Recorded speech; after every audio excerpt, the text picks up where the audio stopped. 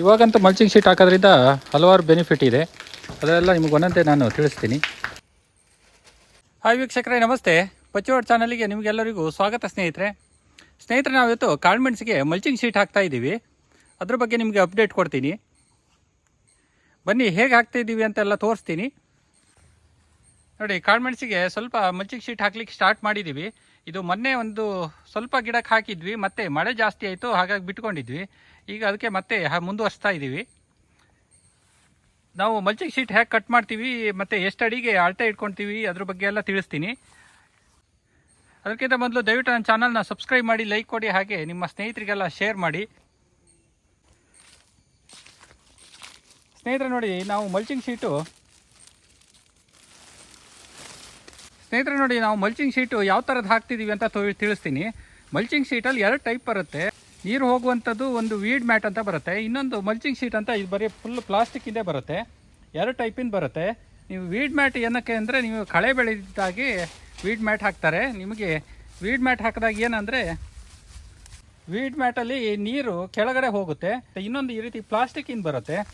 ಇದೊಂದು ಈ ರೀತಿ ಪ್ಲಾಸ್ಟಿಕ್ಕಿಂದ್ರಲ್ಲಿ ನೀರು ಹೋಗೋದಿಲ್ಲ, ನೀರೆಲ್ಲ ಹೊರಗಡೆ ಹೋಗುತ್ತೆ. ನೀವು ನಿಮ್ಮ ತೋಟಕ್ಕೆ ಕಾಳುಮೆಣಸಿಗೆ ನಿಮ್ಗೆ ಯಾವ್ದು ಬೇಕು ಅಂತ ನೋಡಿ ನೀವೇ ಡಿಸೈಡ್ ಮಾಡ್ಕೊಬೇಕು. ನಿಮಗೆ ಅಡಿಗಡೆ ನೀರೆಲ್ಲ ಹೋಗಬಾರ್ದು, ಕಳೆನೂ ಬೆಳಿಬಾರ್ದು ಅಂದರೆ ನೀವು ಈ ರೀತಿ ಪ್ಲಾಸ್ಟಿಕ್ಕಿಂದ ಹಾಕ್ಬೋದು. ನೀವು ಕಳೆ ಮಾತ್ರ ಅವಾಯ್ಡ್ ಆದರೆ ಸಾಕು, ನೀರೆಲ್ಲ ಕ್ಲೀನಾಗಿ ಕೆಳಗೆ ಹೋಗಬೇಕು ಅಂತ ಆದರೆ ನೀವು ಆ ರೀತಿ ವೀಡ್ ಮ್ಯಾಟ್ ಬರುತ್ತಲ್ಲ, ಶೇಡ್ ನೆಟ್ ಟೈಪಿಂದ, ಅದನ್ನು ಹಾಕ್ಕೊಳ್ಬೋದು. ಇದರಲ್ಲಿ 2 ಥರ ಬರುತ್ತೆ. ಅದೇ ಯಾವುದಂತ ಬೇಕು ಅಂತ ನೋಡಿ ನೀವು ಡಿಸೈಡ್ ಮಾಡ್ಕೊಳ್ಳಿ. ನಾನು ಇಲ್ಲಿ ಯಾವ ಥರದ್ದು ಹಾಕ್ತಾ ಇದ್ದೀನಿ ಅಂದರೆ, ನಾನು ಇಲ್ಲಿ ಮಲ್ಚಿಂಗ್ ಶೀಟು ಈ ಥರದ್ದು ಹಾಕ್ತಾಯಿದ್ದೀನಿ, ಪ್ಲಾಸ್ಟಿಕ್ಕಿಂದು. ಇದರಲ್ಲಿ 1 ಡ್ರಾಪ್ ನೀರು ಸಹ ಕೆಳಗಡೆ ಹೋಗಲ್ಲ. ಏನಾದ್ರು ಮರದಲ್ಲಿ ಇಳಿದಿದ್ದು ಸ್ವಲ್ಪ ನೀರು ಕೆಳಗಡೆ ಹೋಗ್ಬೋದು ಅಷ್ಟೇ ಬಿಟ್ಟರೆ, ಮತ್ತು ಈ ಶೀಟಲ್ಲಿ ಇಳಿದು ಕೆಳಗಡೆ ಹೋಗೋದಿಲ್ಲ. ನಿಮಗೆ ಕಳೆ ನಿಯಂತ್ರಣನೂ ಆಗುತ್ತೆ, ಮತ್ತು ಈ ಕಾಳುಮೆಣಸಿಗೆ ಸ್ವಲ್ಪ ನೀರೆಲ್ಲ ಮಳೆಗಾಲದಲ್ಲಿ ಜಾಸ್ತಿ ಆದರೆ ಸ್ವಲ್ಪ ಅವಾಯ್ಡ್ ಆಗುತ್ತೆ. ಸ್ನೇಹಿತರೆ ನೋಡಿ, ನಾನು 4 ಅಡಿ ಇಂಟು 4 ಅಡಿಗೆ ಕಟ್ ಮಾಡ್ಕೊಂಡಿದ್ದೀನಿ. 4-4ಕ್ಕೆ ಕಟ್ ಮಾಡ್ಕೊಂಡಿದ್ದೀನಿ. ಇದು 4 ಅಡಿ ಅಗಲ ಬರುತ್ತೆ, ಫುಲ್ ರೋಲ್ ಬರುತ್ತೆ. ನಮಗೆ ಎಷ್ಟು ಅಡಿಗೆ ಬೇಕೋ ಅಷ್ಟು ಅಡಿಗೆ ಕಟ್ ಮಾಡ್ಕೊಬೇಕು. ಅಗಲ ಮಾತ್ರ 4 ಅಡಿದು ಬರುತ್ತೆ. ಇನ್ನೂ ಜಾಸ್ತಿ ಅಗಲದ್ದು ಬರುತ್ತೆ. ನಾನಿಲ್ಲಿ 4 ಅಡಿ ಅಗಲದ್ದು ತೊಗೊಂಡಿದ್ದೀನಿ. ನೋಡಿ, ನಾನೀಗ 4x4ಗೆ ಕಟ್ ಮಾಡ್ಕೊಂಡಿದ್ದೀನಿ. ಸ್ವಲ್ಪ ಗಾಳಿ ಇದೆ, ಹಾರ್ತಾ ಇದೆ. ಇದನ್ನು ಹೇಗೆ ಕಟ್ ಮಾಡೋದು ಅಂತ ನಿಮಗೆ 4x4 ಕಟ್ ಮಾಡೋದು ಸುಲಭ. ನೀವೊಂದು ಅಳತೆ ನೋಡಿಕೊಂಡು ಕ್ಲೀನಾಗಿ ಕಟ್ ಮಾಡಿದರೆ ಸಹಿ.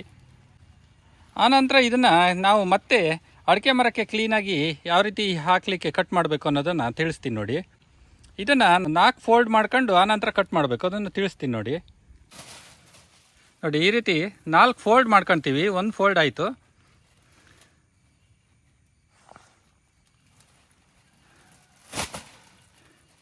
ಇದೀಗ ಮತ್ತೊಂದು ಫೋಲ್ಡ್ ಮಧ್ಯಕ್ಕೆ. ಈಸಿ ಇದೆ, ಎಲ್ಲರಿಗೂ ಗೊತ್ತಿದೆ ಸಾಧಾರಣವಾಗಿ, ಆದರೂ ತೋರಿಸ್ತಾ ಇದ್ದೀನಿ ನೋಡಿ. ಈ ರೀತಿ ಫೋಲ್ಡ್ ಮಾಡಿಕೊಂಡು ಈಗ ಒಂದು ಒಳ್ಳೆ ಕತ್ತರಿ ಇಟ್ಕೊಂಡು ಕ್ಲೀನ್ ಮಾಡಿ ಕಟ್ ಮಾಡಿದರೆ ಆಗುತ್ತೆ ನೋಡಿ. ಈ ರೀತಿ ಈಗ ನಾವು ಕಾಂಕ್ರೀಟ್ ಕಂಬ ಇಂಥದಕ್ಕೆ ಹಾಕೋದಾದರೆ ನಾವು ಕ್ಲೀನಾಗಿ ಹೀಗೆ ಕಟ್ ಮಾಡ್ಕೊಬೋದು. ಕ್ಲೀನಾಗಿ ಹೀಗೆ ಕಟ್ ಮಾಡಿದರೆ ಕಾಂಕ್ರೀಟ್ ಕಂಬಗಳಿಗೆ ಆಗುತ್ತೆ. ನಾವು ಅಡಿಕೆ ಮರಕ್ಕೆ ಹಾಕಬೇಕು ಅಂತ ಆದರೆ ಸ್ವಲ್ಪ ರೌಂಡ್ ಶೇಪಲ್ಲಿ ಕಟ್ ಮಾಡಬೇಕಾಗತ್ತೆ. ತಿಳಿಸ್ತೀನಿ, 2 ತೋರಿಸ್ತೀನಿ ನೋಡಿ. ಒಂದು ಕ್ಲೀನಾಗಿ ಕಟ್ ಮಾಡಿ ತೋರಿಸ್ತೀನಿ. ತುದಿ ಇಟ್ಕ.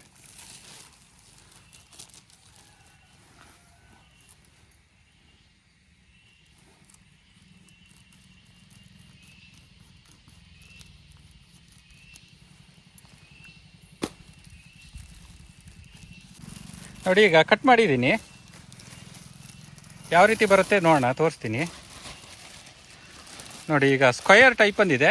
ನೀವು ಇದು ಕಾಂಕ್ರೀಟ್ ಕಂಬಕ್ಕೆಲ್ಲ ಹಾಕಲಿಕ್ಕೆ ಇದು ಕರೆಕ್ಟ್ ಸೈಜ್. ಇದು ಈ ರೀತಿ ಕಟ್ ಮಾಡ್ಕೊಳ್ಬೋದು. ಇನ್ನು ಅಡಿಕೆ ಮರಕ್ಕೆ ಹಾಕಬೇಕಾದ್ರೆ ನೀವು ಸ್ವಲ್ಪ ರೌಂಡ್ ಶೇಪ್ ಬರಬೇಕು, ಅದು ತೋರಿಸ್ತೀನಿ. ಇದು ಮಲ್ಚಿಂಗ್ ಶೀಟ್ ನಾನು ಮೊನ್ನೆ 4 ಕಟ್ ಮಾಡಿ ಇಟ್ಟಿದ್ದೆ, ಹಾಗಾಗಿ ಸ್ವಲ್ಪ ಮಳೆ ಬಂದು ಥಂಡಿಯಾಗಿದೆ. 4 ಅಡಿ ಕಟ್ ಮಾಡೋದೇನು ಕಷ್ಟ ಇರಲ್ಲ. 4 ಅಡಿಗೆ ಆರಾಮಲ್ಲಿ ಕಟ್ ಮಾಡ್ಕೊಳ್ಬೋದು. ಒಂದು 4 ಅಡಿ ಕಟ್ ಮಾಡ್ಕೊಂಡು ಅದೇ ಸೈಜಿಗೆ ಆರಾಮಲ್ಲಿ ಮಡ್ಚ್ಕೊಂಡು ನಂತರ 4-5 ಒಟ್ಟಿಗೆ ಕಟ್ ಮಾಡ್ಬೋದು.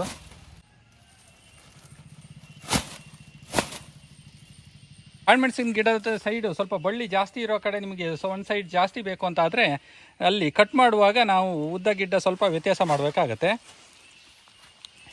ಈ ರೀತಿ ಒಂದು ಸೈಡ್ ಉದ್ದ ಒಂದು ಸೈಡ್ ಗಿಡ್ಡ ಮಾಡಿಕೊಂಡು ಇಲ್ಲಿ ಸ್ಟ್ರೈಟಾಗಿ ರೌಂಡ್ ಬೇಕಾ ಸ್ಕ್ವೇರ್ ಬೇಕಾ ನೋಡಿ ಕಟ್ ಮಾಡ್ಕೊಳ್ಬೋದು. ನಾನಿಲ್ಲಿ ಕರೆಕ್ಟಾಗಿ ಸೆಂಟ್ರ್ ಹೋಲ್ ಬರೋ ಹಾಗೆ ಕಟ್ ಮಾಡ್ತಾ ಇದ್ದೀನಿ.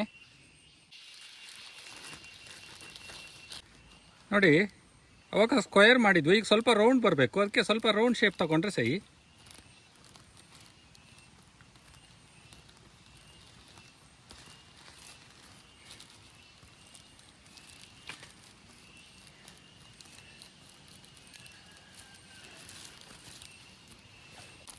ಆನಂತರ ಇದರಲ್ಲಿ ಒಂದು ಸೈಡ್ ಕಟ್ ಮಾಡ್ಕೊಳ್ಬೇಕಾಗತ್ತೆ.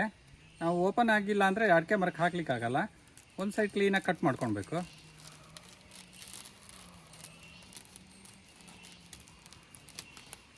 ಒಂದು ಮಾತ್ರ ಕಟ್ ಮಾಡಲಿಕ್ಕೆ, ಇನ್ನೊಂದು ಹಾಗೆ ಬಿಡಲಿಕ್ಕೆ.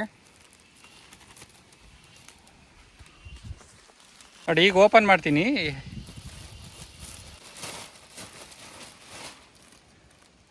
ನೋಡಿ, ಕರೆಕ್ಟ್ ರೌಂಡ್ ಶೇಪ್ ಬಂದಿದೆ. ನಿಮಗೆ ಅಡಿಕೆ ಮರ ಯಾವ ಸೈಜ್ ಇದೆ ಅಂತ ನೋಡ್ಕೊಂಡು ಆ ಸೈಜಿಗೆ ಕ್ಲೀನಾಗಿ ಕಟ್ ಮಾಡಿಕೊಂಡ್ರೆ ಆಗುತ್ತೆ. ನೋಡಿ, ಇಲ್ಲಿ ನಾನು ಇಲ್ಲಿ ಹಾಕಿದ್ದೀನಿ, ಕರೆಕ್ಟಾಗಿ ರೌಂಡ್ ಶೇಪ್ ಬಂದಿದೆ, ಅದೇ ಸೈಜೇ ಬಂದಿದೆ ಅಲ್ಲಿ. ನೋಡಿ ನೋಡಿ, ಈ ರೀತಿ ಹಾಕಿದ್ದೀವಿ. ನಿಮಗೆ ಸಾಧಾರಣವಾಗಿ ಕಪ್ಪು ಭಾಗ ಅಡಿ ಕಡೆ ಹೋಗುತ್ತೆ, ಮೇಲ್ಗಡೆ ಸಿಲ್ವರ್ ಕಲರ್ ಮೇಲ್ ಬರುತ್ತೆ. ಇದ್ರ ಮೇಲೆ ಗಾಳಿಗೆ ಹಾರಿದಿದ್ದಾಗೆ ನಿಮಗೆ ವೇಸ್ಟು, ಸೋಗೆ ಅಥವಾ ಹಾಳೆ ಯಾವ್ದಾರು ಇದ್ದರೆ ಹಾಗೆ ಒಂಚೂರು ಸೈಡಿಗೆ ಹಾಕಿಬಿಟ್ರೆ ಮುಗ್ದೋಯ್ತು. ಸಿಂಪಲ್ ಕೆಲಸ.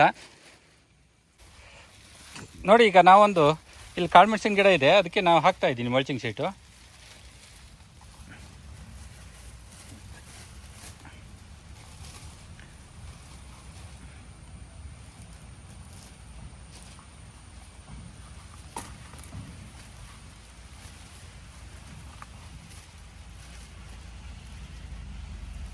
ನಾವು ಈ ರೀತಿ ಮಲ್ಚಿಂಗ್ ಶೀಟ್ ಹಾಕೋದ್ರಿಂದ ಅಡಿಕೆ ಮರದ ಬುಡದಲ್ಲಿ ಅಥವಾ ಕಾಳುಮೆಣಸಿನ ಗಿಡದ ಬುಡದಲ್ಲಿ ಇದು ಮಣ್ಣು ಸಹ ನಮಗೆ ಅಷ್ಟು ಕೊಚ್ಚಿ ಹೋಗೋದಿಲ್ಲ, ಮತ್ತು ಅಡಿಗಡೆ ನೀರು ಸಹ ಜಾಸ್ತಿ ಹೋಗೋದಿಲ್ಲ, ಮತ್ತು ಕಳೆ ಸಹ ಜಾಸ್ತಿ ಬೆಳೆಯೋದಿಲ್ಲ. ಇವುದು 3 ನಮಗೆ ಬೆನಿಫಿಟ್ ಇದು.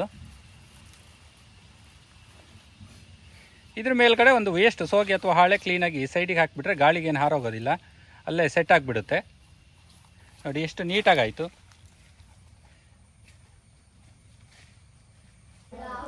ಈ ರೀತಿ ಮಲ್ಚಿಂಗ್ ಶೀಟ್ ಹಾಕೋದ್ರಿಂದ ಇನ್ನೊಂದು ಅಡ್ವಾಂಟೇಜ್ ಏನಪ್ಪ ಅಂದರೆ ಕಾಯಿಲೆಗಳು ಸ್ವಲ್ಪ ಅವಾಯ್ಡ್ ಆಗುತ್ತೆ. ಬುಡದಲ್ಲಿ ನೀರೆಲ್ಲ ನಿಂತು ಬುಡಕೊಳೆ ಅಂತ ಮತ್ತು ಸ್ಲೋ ವಿಲ್ಟ್ ಎಲ್ಲ ಬರುತ್ತಲ್ಲ, ಅದೆಲ್ಲ ಸ್ವಲ್ಪ ಅವಾಯ್ಡ್ ಆಗುತ್ತೆ. ಸ್ನೇಹಿತರಂತೂ ಇವತ್ತಿನ ಕೆಲಸ ಎಲ್ಲ ಮುಗಿಸಿ ಹಾಗೆ ಪೇಟೆಗಂತ ಹೊರಟಿದ್ವಿ.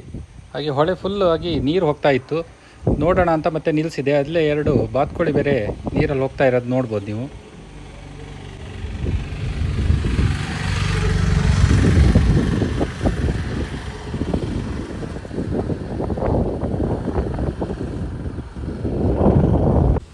ಸ್ನೇಹಿತರೆ, ಇದಾಗಿದೆ ಪ್ಲೇಸ್ ನೋಡಿ. ಇದು ನಮ್ಮೂರ ಹತ್ರನೇ ಬರುತ್ತೆ, ಸೂಪರಾಗಿದೆ.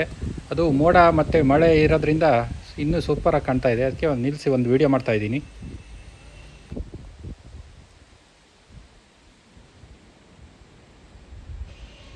ಸ್ನೇಹಿತರೆ, ನಿಮ್ಮ ಸಪೋರ್ಟ್ ಹೀಗೆ ಇರಲಿ. ನೆಕ್ಸ್ಟ್ ವೀಡಿಯೋದಲ್ಲಿ ಮತ್ತೆ ಸಿಗೋಣ. ಬಾಯ್ ಸ್ನೇಹಿತರೆ.